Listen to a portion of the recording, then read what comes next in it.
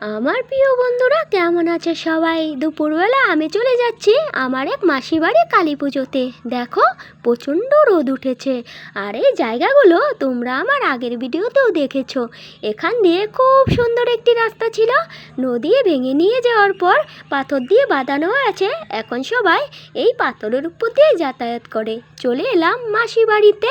বাড়ির ভিতর ঢুকে প্রথমেই দেখতে পেলাম মা কালীকে সাজানো হচ্ছে। এদিকে দেখো, ভোগ রান্নার জন্য চাল ডাল ঝেড়ে নেওয়া হচ্ছে।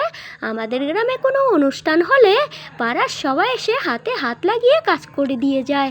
তারপর আমি আর বৌদি চলে যাচ্ছি ভোগ রান্নার জন্য বাসনপত্র নিয়ে আসতে। আমাদের গ্রামে যার বাড়িতেই পুজোর বাসনপত্র বেশি রয়েছে সেখান থেকে বাসনপত্র নিয়ে এসে আমরা সবাই কাজ করি। এই নিয়মটি আমাদের গ্রামে এখনও রয়েছে। তারপর চলে গিয়েছিলাম বেলপাতা আনতে। বেলপাতা নিয়ে এসে চলে এলাম দুব্ব তুলতে। আমাদের গ্রামে এখনও ফুলদুব্ব কিনে নিয়ে আসতে হয় না, আশেপাশেই পেয়ে যাই। তারপর বসে পড়েছি ভোগের জন্য সবজি বানাতে। সবজি বানাতে বানাতে সন্ধেবেলা হয়ে গেছে। তারপর বাড়ি চলে এলাম। বাড়ি এসে আর পুজো দেখতে যাওয়া হয়নি, তাই আর ভিডিও করতে পারিনি। এটা হলো আমাদের গ্রামের ছোট্ট বাজার। এখন এ পর্যন্তই। টাটা।